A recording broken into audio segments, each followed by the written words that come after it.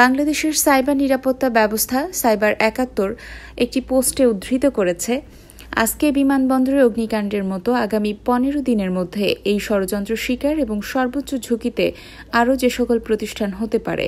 Hypothetical pattern analysis by team cyber ৭১।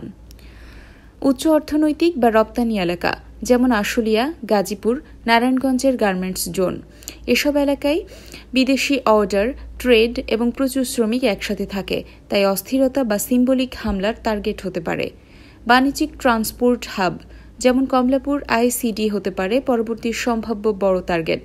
দেশের বাণিজ্যিক ব্যবস্থা অচলতা তৈরি করা এবং আন্তর্জাতিক মনোযোগ টানার সবচেয়ে সহজ উপায় এসব জায়গায় অগ্নিকাণ্ড ঘটানো।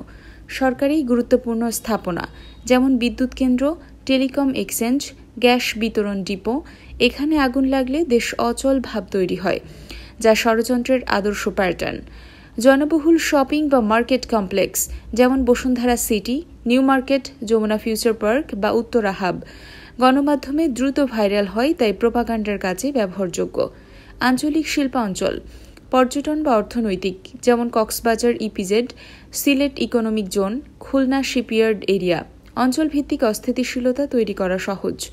Kamalapur ICD, Khulna shipyard area এবং গার্মেন্টস জোন ষড়যন্ত্রের পরবর্তী টার্গেট হিসেবে সর্বোচ্চ ঝুঁকিতে। করণীয়: ঝুঁকিপূর্ণ এরিয়াতে কর্মরত যারা আছেন সবাইকে এই ষড়যন্ত্র নস্যাৎ করার দায়িত্ব নিতে হবে। এই ১৫ দিন আপনাদের চোখ কান খোলা রাখুন। কোনো প্রকার অপ্রীতিকর পরিস্থিতি কিংবা সন্দেহভাজন কাউকে দেখলে বিস্তারিতভাবে পরিচয় নিশ্চিত করুন। প্রয়োজনে নিকটস্থ সেনাবাহিনীর ক্যাম্প কিংবা পুলিশ অথবা বিজিবির সহায়তা নিন। আল্লাহ আমাদের দেশকে এই ষড়যন্ত্রকারীদের কালো হাত থেকে রক্ষা করুক। আমিন।